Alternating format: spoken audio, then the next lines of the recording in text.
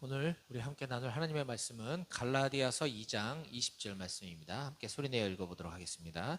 시작. 내가 그리스도와 함께 십자가에 못 박혔나니 그런즉 이제는 내가 사는 것이 아니요 오직 내 안에 그리스도께서 사시는 것이라. 이제 내가 육체 가운데 사는 것은 나를 사랑하사 나를 위하여 자기 자신을 버리신 하나님의 아들을 믿는 믿음 안에서 사는 것이라. 아멘. 지난 주일에 우리는 창세기 22장 1절부터 14절까지 본문 말씀을 가지고 친히 준비하시는 하나님, 임마누엘의 하나님에 대해서 함께 말씀을 나누었습니다. 지금까지 우리는 창세기 연속 강해 설교를 이어오고 있는데요. 창세기 1장 1절부터 시작해서 22장 14절까지 오는 동안 총 38번의 강해 설교를 지금 계속 해오고 있습니다.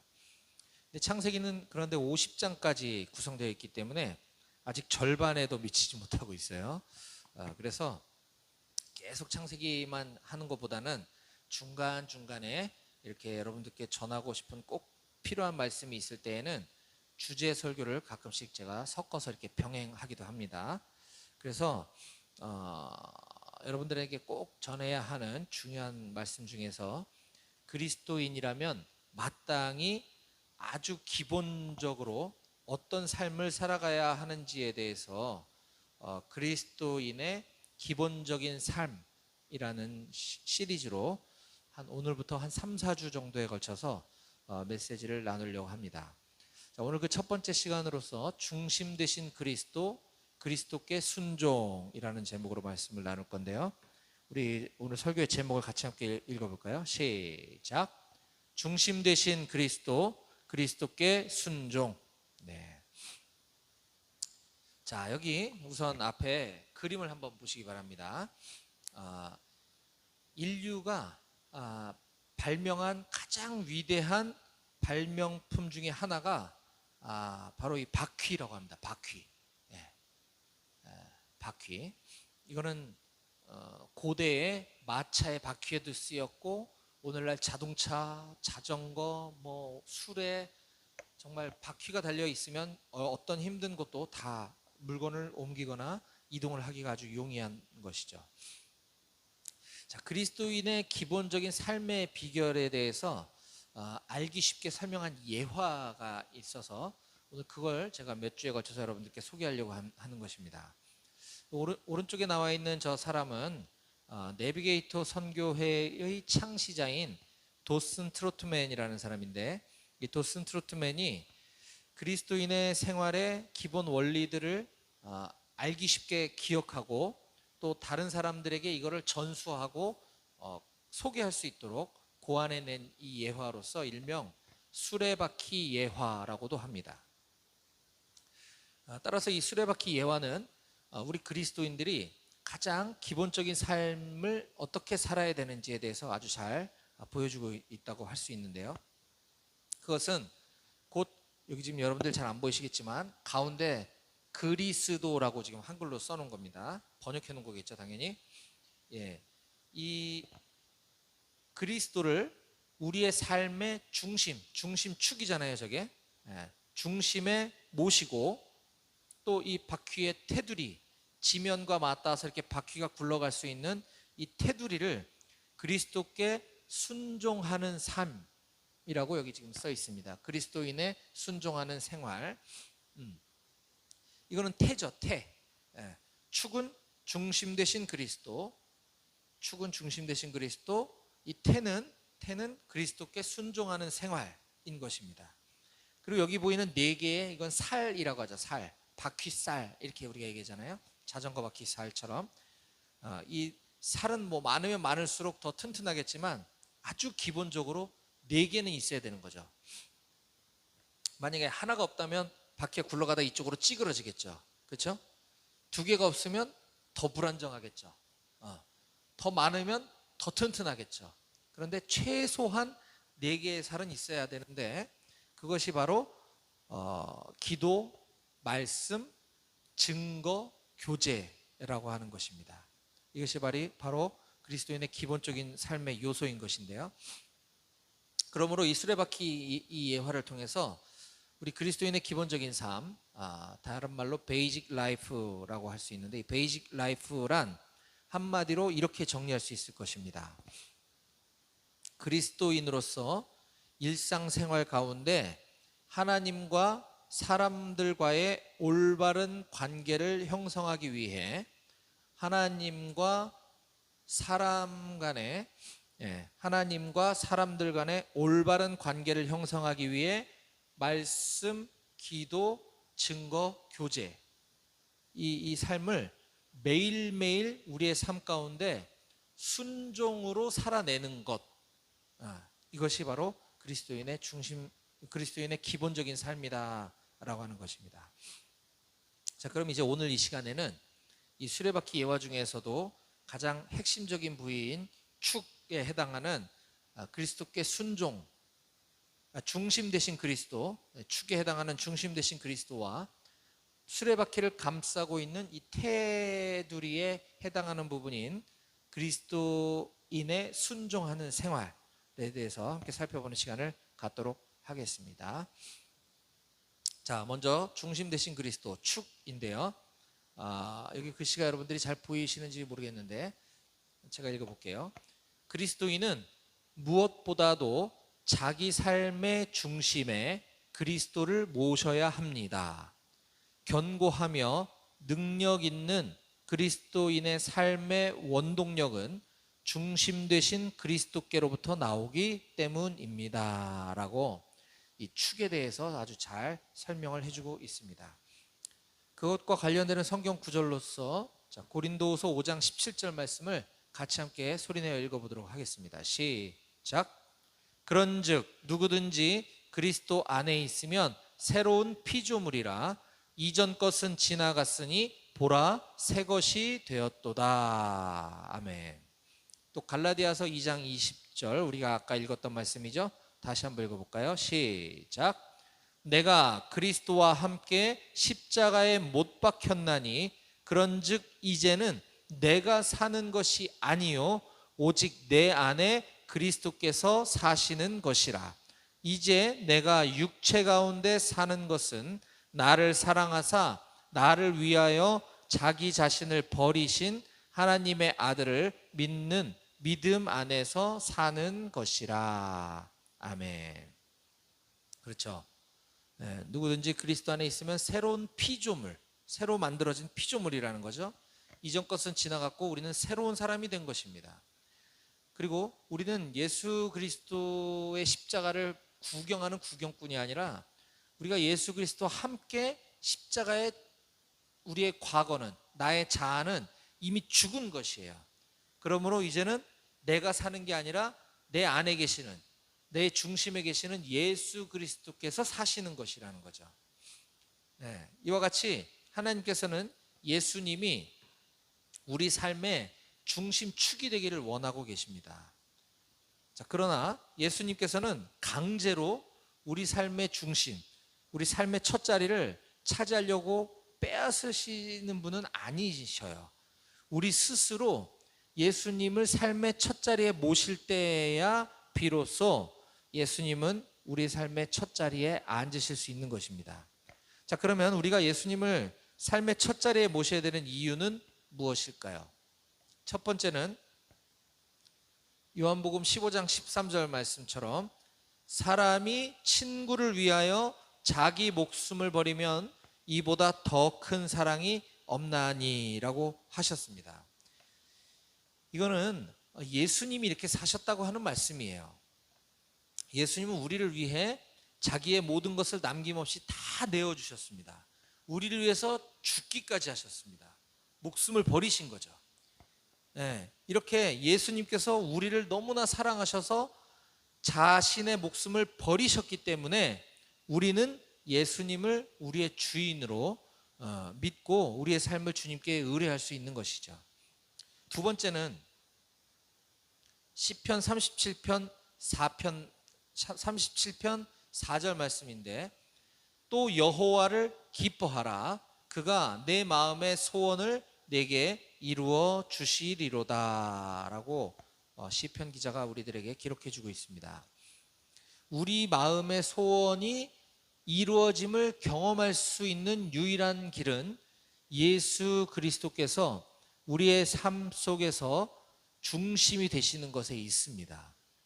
이것은 여러 길 중에 하나가 아니고 단 하나의 유일한 길인 것이죠. 우리 각 사람은 하나님께 매우 중요한 존재들입니다. 하나님께서는 특별한 목적을 가지고 우리 사람을 각자 지으셨어요. 예수님께서는 요한복음 10장 10절에서 내가 온 것은 양으로 생명을 얻게 하고 더 풍성히 얻게 하려는 것이라고 말씀하셨습니다. 이것이 우리 각 사람을 향한 하나님의 계획인 것입니다. 자, 그러나 우리가 그 풍성한 삶을 경험할 수 있기 위해서는 우리의 삶을 하나님의 목적에 맞도록 하나님의 목적을 발견하고 거기에 맞춰야만 하는 것입니다. 자, 우리가 또 예수님을 우리 삶의 첫 자리에 모셔야 되는 또 다른 이유는 고린도전서 4장 5절 말씀에 근거할 수 있는데 우리가 함께 읽어보도록 하겠습니다. 시작. 그러므로 때가 이르기 전 곧 주께서 오시기까지 아무것도 판단하지 말라. 그가 어둠에 감추인 것들을 드러내고 마음의 뜻을 나타내시리니 그때에 각 사람에게 하나님으로부터 칭찬이 있으리라. 아멘. 언젠가 우리 각 사람은 하나님 앞에 섰을 때 예수님께서 나에게 내어주신 그 생명을 어디에 어떻게 사용했는지 알아야 할 날이 올 것입니다. 장차 예수님께서 오셔서 어둠에 감추인 것들을 밝히 드러내시며 마음속의 계획도 다 드러나게 하실 것입니다.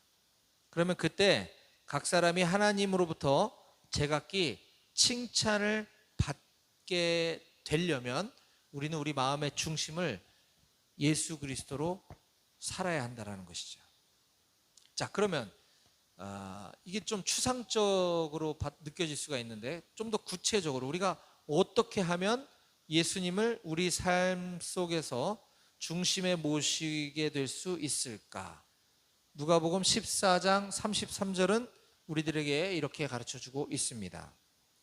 이와 같이 너희 중에 누구든지 자기의 모든 소유를 버리지 아니하면 능히 내 제자가 되지 못하리라. 아멘. 이 말씀은 좀 어려운데 그 앞에 있는 누가복음 14장 33절 그 앞에 있는 28절에서 32절까지 말씀을 나중에 여러분들이 한번 찾아보면 망대를 세우려고 하는 사람과 전쟁을 하려고 준비하는 왕의 예화를 말씀해 주시는 장면이 나와요. 자, 이 말씀을 33절까지 저 부분까지 쭉 연결해서 살펴보면 그 내용의 줄거리는 이렇습니다. 지금 내가 건축이나 전쟁을 시작하려고 하는데 만약 나를 최우선으로 삼지 않고 자기 자신의 소유물이나 자기 가족을 먼저 챙기는 사람들을 데리고 건축을 하거나 망대를 세우거나 전쟁을 하러 간다고 하면 사람들은 나를 비웃을 것이다 라고 하는 말씀인 것이에요. 그러니까 이게 밑도 끝도 없이 갑자기 자기의 모든 소유를 버리지 않으면 내 제자가 될 수 없다, 이렇게 하면 우리가 마음이 좀 어려운데 지금 전쟁이 발발했는데 전쟁에 나가려고 하는 사람이 자기의 모든 소유물과 자기 가족도 등지고 전쟁터에 나가지 않으면 그런 사람들 데리고 어떻게 나가서 싸우겠니? 이 말씀인 거예요. 이게 제자의 삶에 대한 비유인 것이죠. 그리고 누가복음 9장 24절은 예수님께서 또한 이렇게 말씀하십니다. 누구든지 제 목숨을 구원하고자 하면 잃을 것이요 누구든지 나를 위하여 제 목숨을 잃으면 구원하리라. 예. 즉 우리 삶의 중심이 되는 자리를 예수님께 내어드리는 것은 우리를 위한 하나님의 계획과 목적을 성취하기 위한 필수적인 요소가 된다는 사실을 꼭 기억하시기 바랍니다. 자, 다음은 테두리에 대해서 살펴보겠습니다. 그리스도인의 순종하는 생활이라고 되어 있죠. 자, 화면 옆에 또 문장을 같이 함께 읽어보도록 하겠습니다. 시작. 하나님께 대한 순종은 마음의 태도나 동기뿐만 아니라 외적인 행동으로도 나타나야 합니다. 당신이 하나님을 사랑하는 증거는 그분께 대한 순종으로 표현되는 것입니다. 그렇죠. 하나님께 대한 순종의 마음, 또 순종의 태도는 반드시 외적인 모습으로 나타나야 된다는 거죠. 말로만 저 순종하는데요 라고 해야 소용이 없는 것이죠. 우리가 하나님을 사랑합니다 라고 찬양도 하고 고백도 하지만 말만 갖고서는 진심이라고 보기 어렵죠. 순종으로 반드시 표현되어져야 하는 것입니다. 그래서 로마서 12장 1절에는 그러므로 형제들아 내가 하나님의 모든 자비하심으로 너희를 권하노니 너희 몸을 하나님이 기뻐하시는 거룩한 산 제물로 드리라. 이는 너희가 드릴 영적 예배니라 라고 말씀해주고 있습니다. 너희 몸을 하나님이 기뻐하시는 거룩한 산 제물로 드리라. 이것이 영적 예배다라는 것이죠. 또한 요한복음 14장 21절에는 나의 계명을 지키는 자라야 나를 사랑하는 자다라고 말씀하고 계십니다. 나를 사랑하는 자는 내 아버지께 사랑을 받을 것이요 나도 그를 사랑하여 그에게 나를 나타내리라. 나의 계명을 지키는 자여야지만 예수님을 사랑하는 자다라고 말씀하시고 계십니다. 이처럼 하나님께서는 우리에게 우리가 스스로 선택할 수 있는 능력, 다른 말로 자유의지를 주셨습니다. 자유의지. 하나님 우리를 로봇으로 만드신 게 아니라 우리가 스스로 선택할 수 있도록 하셨다는 거예요. 그러므로 하나님의 뜻에 순종을 하든 순종을 하지 않든 이거는 우리의 선택인 것입니다. 로마서 6장 16절에서 18절 말씀입니다. 너희 자신을 종으로 내주어 누구에게 순종하든지 그 순종함을 받는 자의 종이 되는 줄을 너희가 알지 못하느냐. 혹은 죄의 종으로 사망에 이르고 혹은 순종의 종으로 의에 이르느니라. 하나님께 감사하리로다. 너희가 본래 죄의 종이었더니 너희에게 전하여 준 바 교훈의 본을 마음으로 순종하여 죄로부터 해방되어 의에게 종이 되었느니라. 아멘. 좀 어려울 수도 있지만 너희 자신을 누구에게 내어줄 것이냐, 누구에게 순종할 것이냐라는 것이죠. 죄의 종으로 우리를 내어주면 사망에 이르고 순종의 종으로 내어주면 의에 이르게 된다는 것이에요. 그래서 우리는 죄에게 순종할 것인가, 의, 순종, 그리스도께 순종할 것인가 선택해야만 한다는 것입니다. 그런데 여러분, 때때로 하나님께서는 우리에게 순종을 가르쳐 주시기 위해 고난이라는 방법을 사용하시기도 합니다. 고난. 히브리서 5장 8절 9절 말씀에 보면 예수님에 대해서 이렇게 말씀하고 계세요. 그가 하나님의 아들, 그가 아들이시면서도 받으신 고난으로 순종함을 배워서 온전하게 되셨은즉 자기에게 순종하는 모든 자에게 영원한 구원의 근원이 되시고, 예수님은 하나님의 아들이시면서도 고난을 받으시고 그 받은 고난으로 순종을 배우셨다. 그래서 온전하게 되셨다. 그래서 예수님 자신에게 순종하는 우리들, 예수님에게 순종하는 모든 자에게 영원한 구원의 근원이 되셨다라고 말씀하고 계십니다. 그러니까 예수님이 친히 보이신 그 순종의 본을 따라 우리도 예수님께 순종할 때 영원한 구원을 받을 수 있다라는 것이에요. 근데 그 순종 가운데는 때로는 고난이 있을 수도 있다라고 하는 것입니다.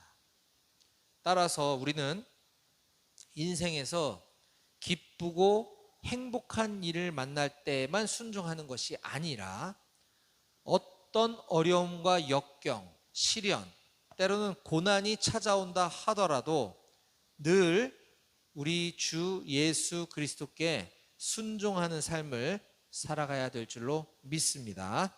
아멘. 네. 자, 이제 오늘 말씀을 마무리하겠습니다.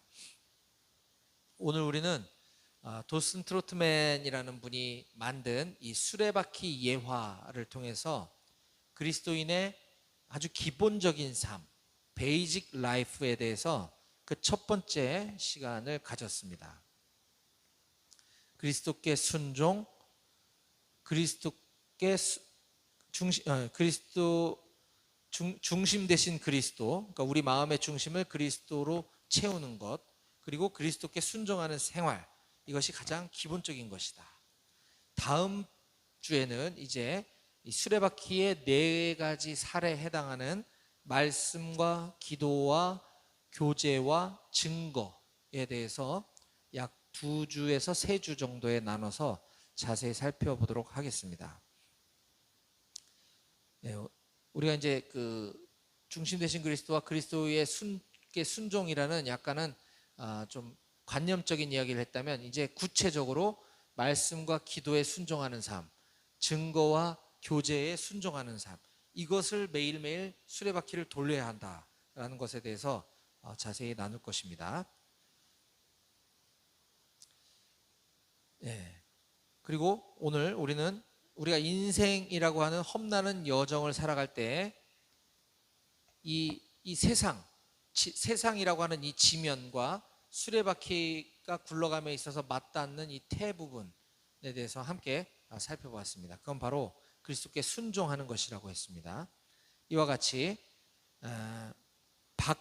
수레바퀴가 축을 중심으로 지면과 계속 맞닿아서 굴러갈 수 있는 것처럼 우리 모든 장병들의 삶이 오직 예수 그리스도께만 순종하는 삶을 살아가시기를 주님의 이름으로 간절히 축원합니다.